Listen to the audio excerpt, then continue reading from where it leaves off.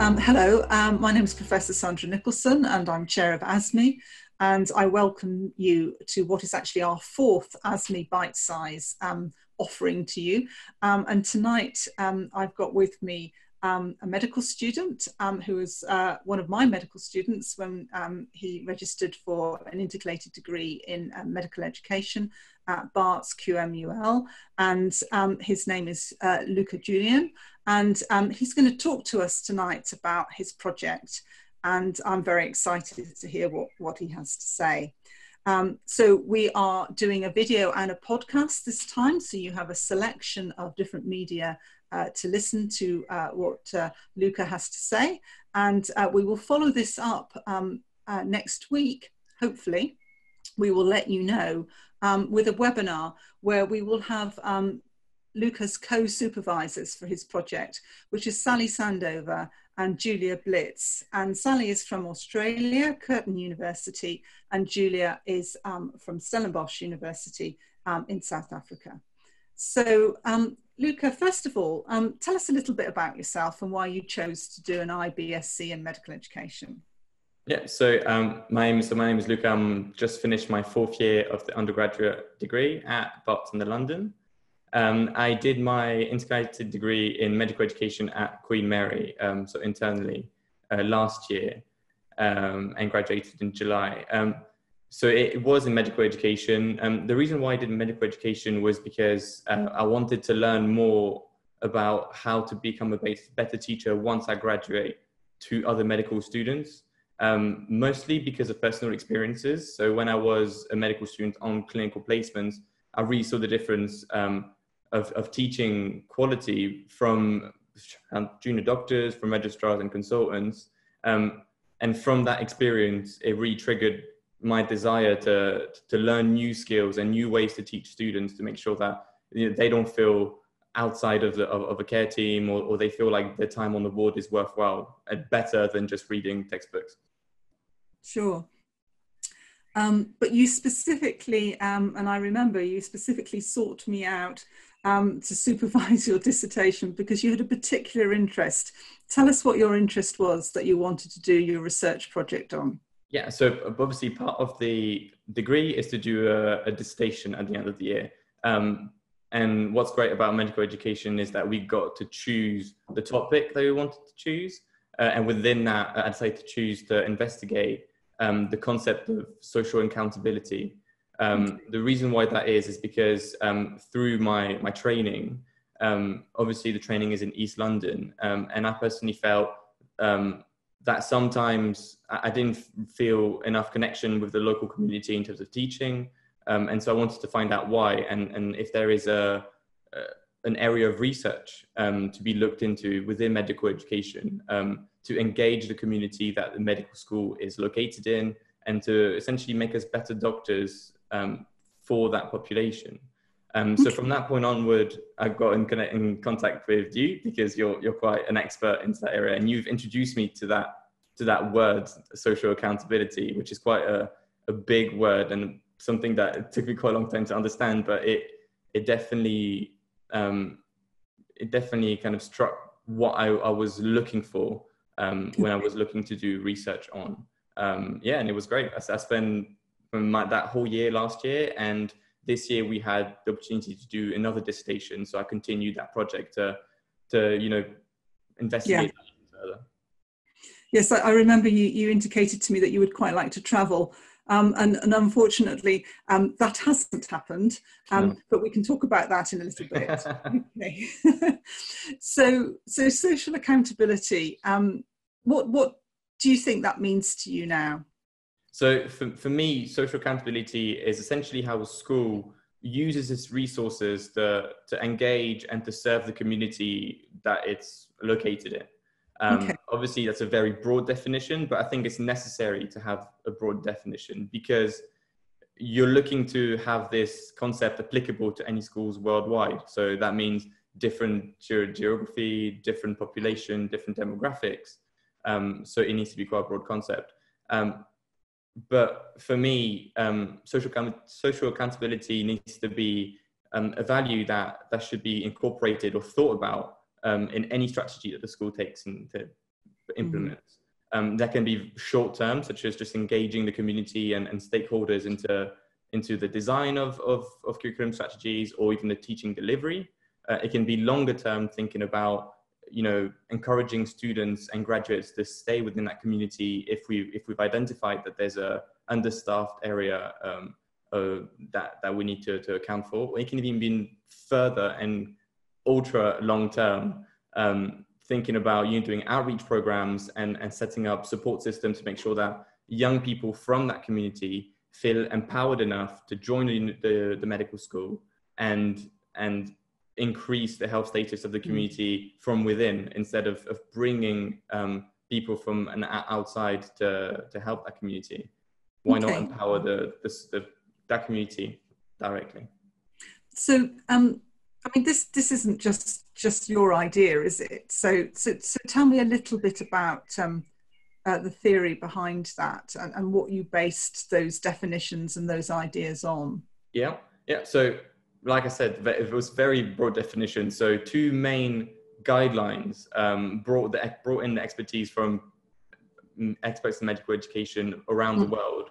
And these are the Global Consensus for Social Accountability and the Aspire for Excellence, both of which created and developed separate recommendations for schools with general principles that they should abide by and implement when they developing their curriculum.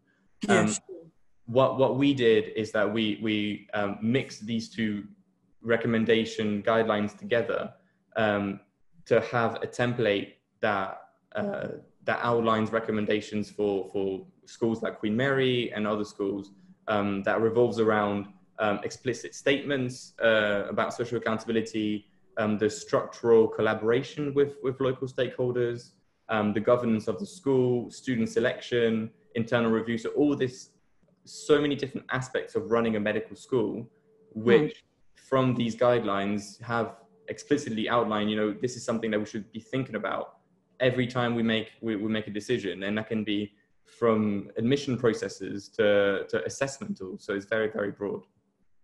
Okay, good. And I think thinking about that, what would be really helpful for people who are listening either to the podcast or watching the video, is that we'll attach a link so people can look at the actual research which is associated to your project. So tell me about what you actually did initially with Barts and the London and then Curtin University. Yeah, so the project last year recruited 2 schools. So it recruited naturally Queen Mary, because that's the school that I was learning in. And we also recruited another school in Western Australia, and that's Curtin. There's 2 main reasons why we chose that school.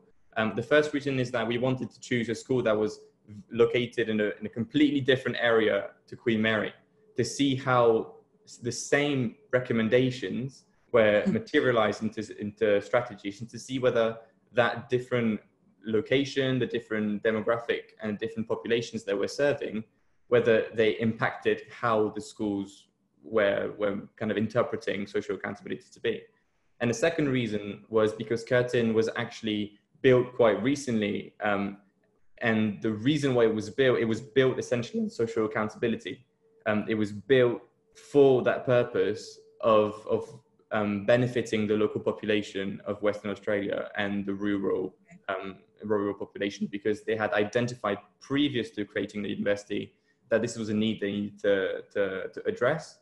So we thought that it was a great school to compare with Queen Mary, because we thought a lot of strategies would fulfill the social accountability principles. Sure. So tell me a little bit about your methods. What did you do to compare the 2 schools? Yeah, so we asked both schools to send us university prospectuses and curriculum documents, whether that's on the public domain or on the intranet with teaching modules and learning objectives. And we used the template that I discussed from the 2 guidelines and inputted explicit statements from these curriculum documents, and tried to basically fill each boxes to see which principles of social accountability were fulfilled explicitly and which weren't.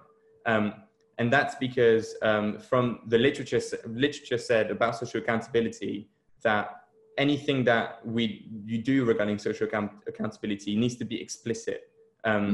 So we needed to find explicit statements, which would then be carried out to teachers who would know exactly what values to teach their students. And then we used that, and then we interviewed senior staff members, which were either the co-founders of the school or head of education in both of those schools, and to ask us to give us more details about those strategies that we saw from the curriculum analysis, and also some of the challenges that they encountered when trying to implement social accountability values. Because as we found, some values are quite difficult to transmit to students reliably and across the whole student cohort. So that's what we did. And in this year, I had the opportunity to continue the study, and we tried to add a third arm to the study, which was interviewing students to basically say, look, this is what the school says they do, this is what they want to do, these are the strategies that they say they've implemented. What is your perception of those? Do you think they're successful? If they're not successful, why is that? What would you like to see further? And basically form a feedback loop to see the outcome of those strategies. Yeah, sure.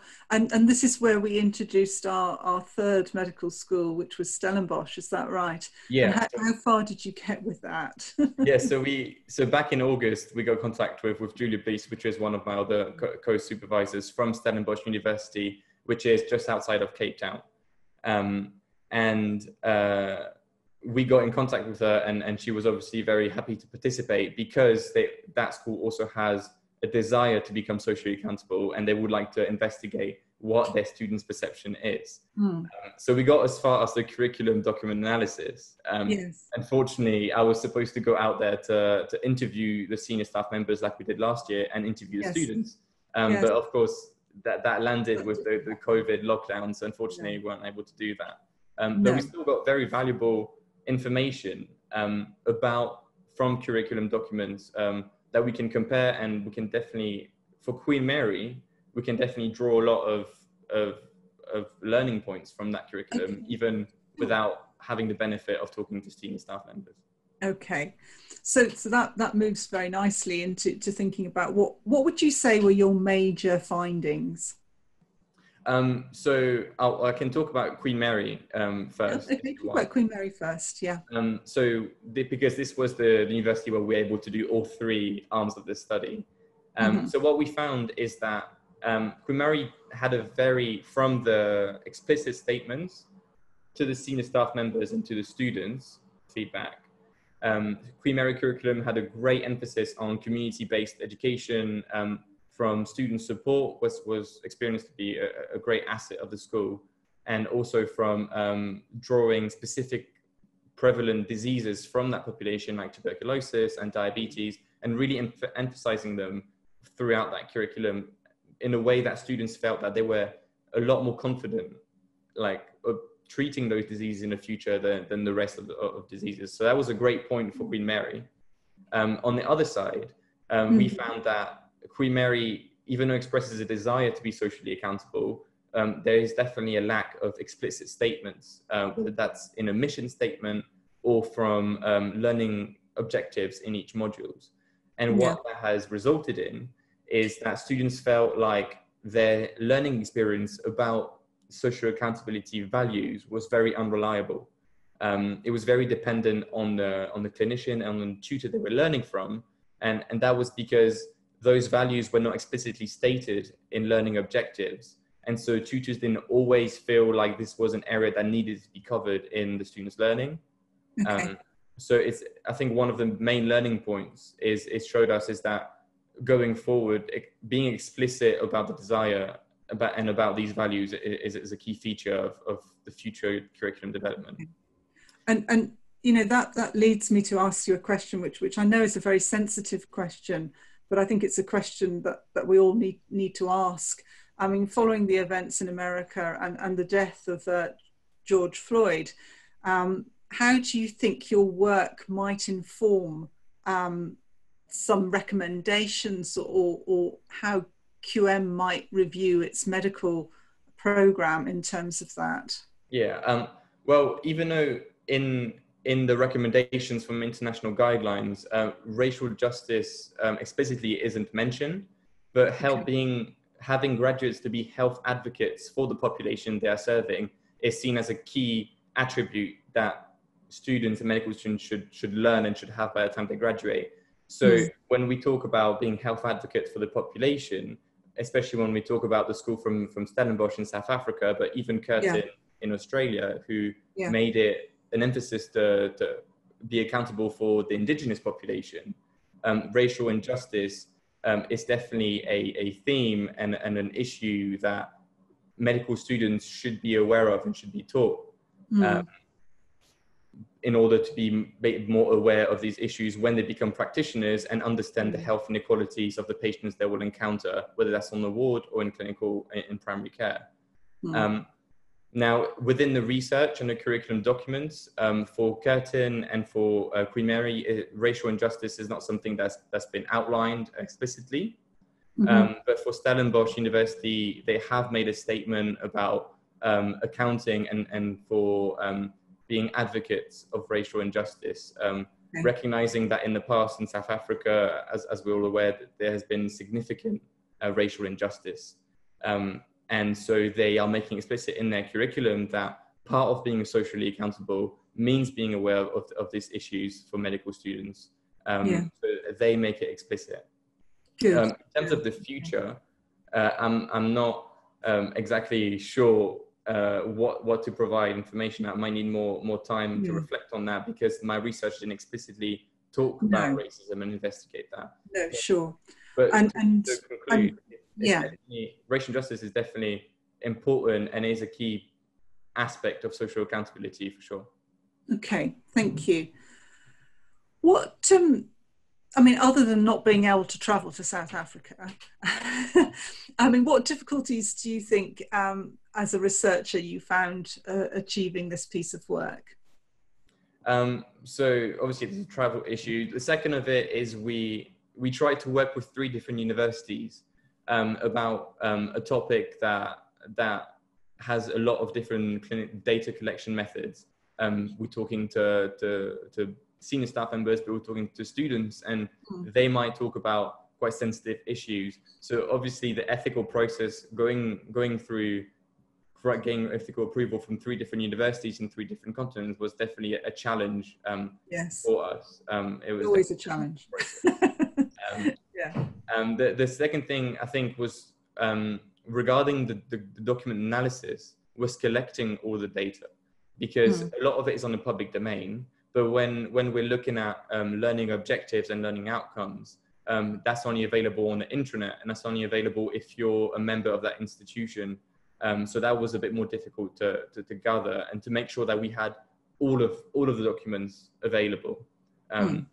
Because we didn't want to make conclusions about a curriculum only for the institution to say, no, we do have a document outlining what you're saying is missing, but we just didn't collect it. So it was quite difficult to make sure we gathered all of the documents. Okay.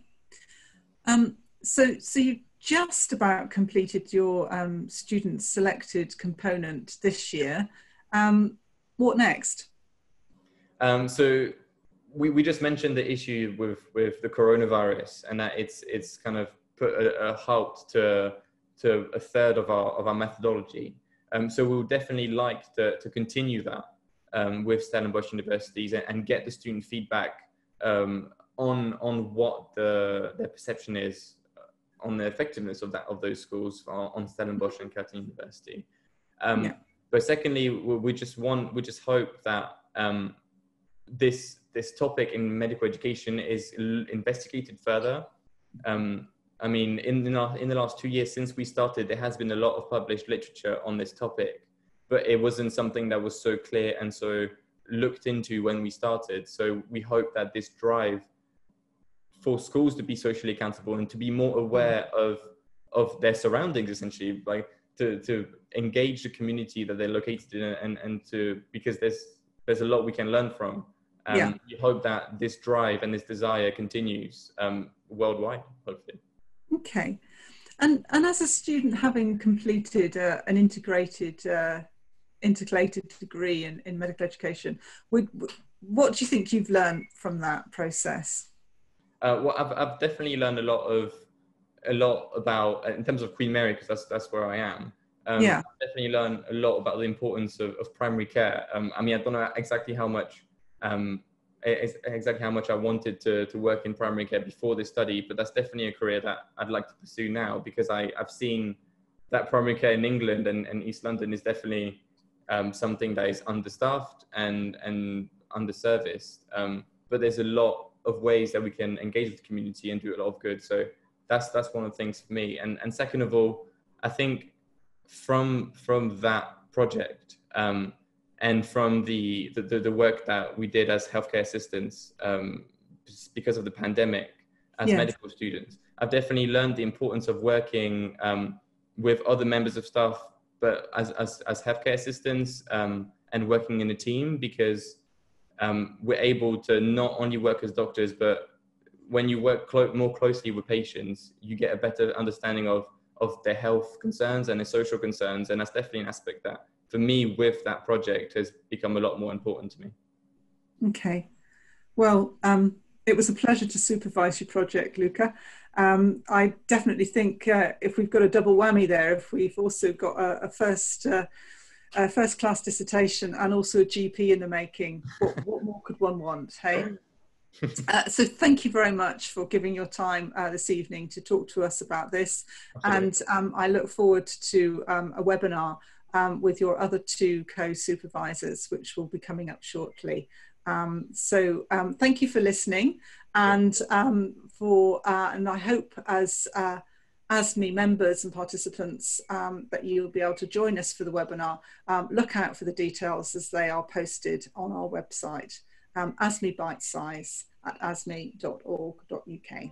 Thank you very much. Thank you.